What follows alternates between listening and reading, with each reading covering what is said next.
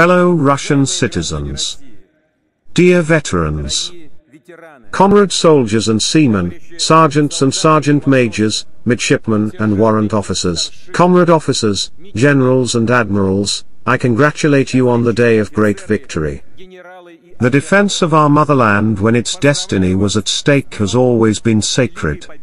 It was the feeling of true patriotism that Minyain and Poshersky's militia stood up for the fatherland. Soldiers went on the offensive at the Borodino field and fought the enemy outside Moscow and Leningrad, Kiev and Minsk, Stalingrad and Kursk, Sevastopol and Kharkov.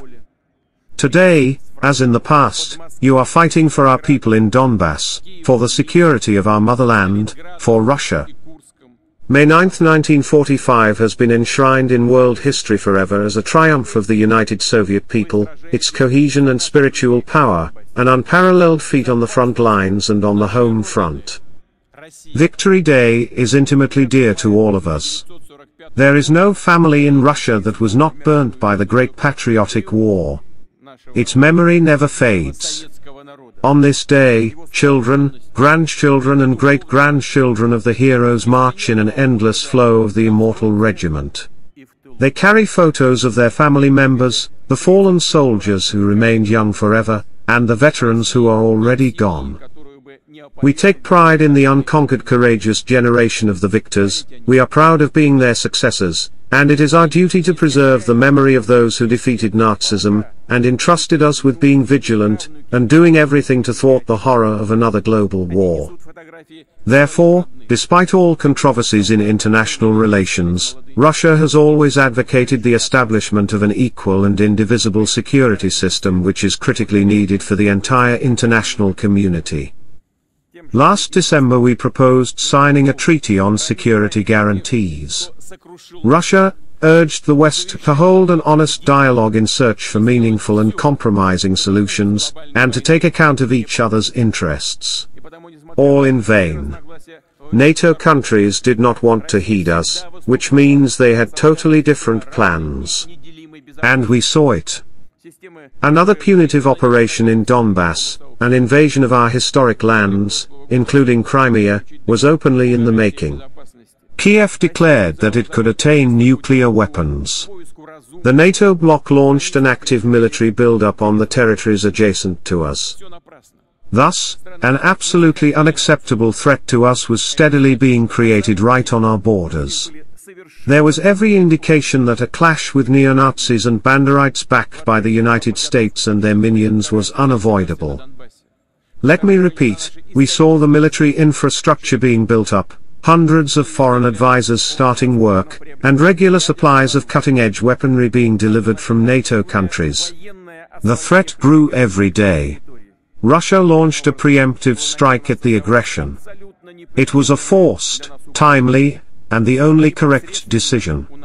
A decision by a sovereign, strong and independent country.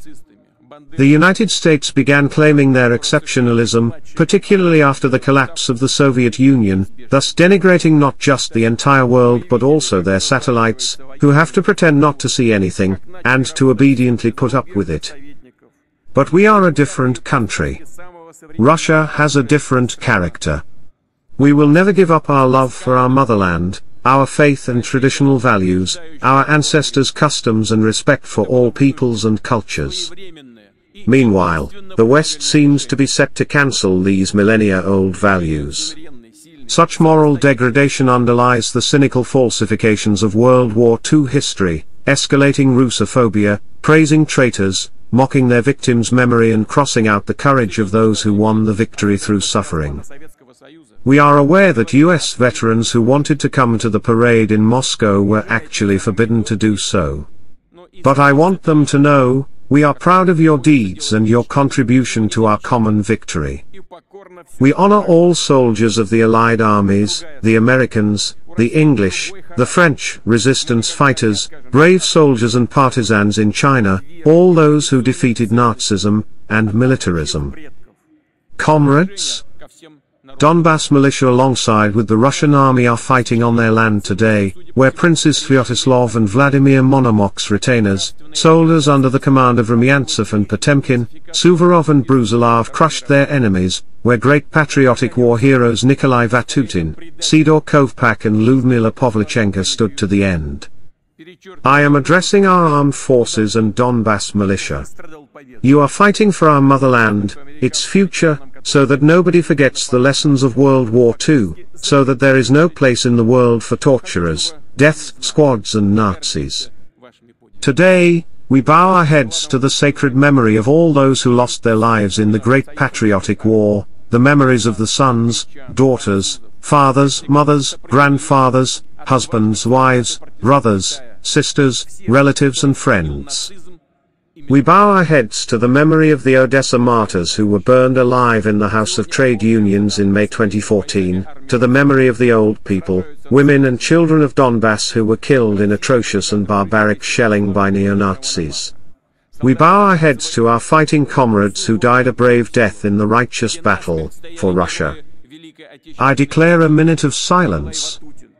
The loss of each officer and soldier is painful for all of us, and an irretrievable loss for the families and friends. The government, regional authorities, enterprises and public organizations will do everything to wrap such families in care and help them. Special support will be given to the children of the killed and wounded comrades in arms. The presidential executive order to this effect was signed today. I wish a speedy recovery to the wounded soldiers and officers, and I thank doctors, paramedics, nurses and staff of military hospitals for their selfless work. Our deepest gratitude goes to you for saving each life, oftentimes sparing no thought for yourselves under shelling on the front lines. Comrades, soldiers and officers from many regions of our enormous motherland, including those who arrived straight from Donbass, from the combat area, are standing now shoulder to shoulder here, on Red Square. We remember how Russia's enemies tried to use international terrorist gangs against us, how they tried to seed interethnic and religious strife, so as to weaken us from within and divide us. They failed completely. Today, our warriors of different ethnicities are fighting together, shielding each other from bullets and shrapnel like brothers. This is where the power of Russia lies, a great invincible power of our united multi-ethnic nation. You are defending today what your fathers, grandfathers and great-grandfathers fought for. The well-being and security of their motherland was their top priority in life. Loyalty to our fatherland is the main value and a reliable foundation of Russia's independence for us, their successors, too. Those who crushed Nazism during the Great Patriotic War showed us an example of heroism for all ages. This is the generation of victors, and we will always look up to them. Glory to our heroic armed forces. For Russia. For victory.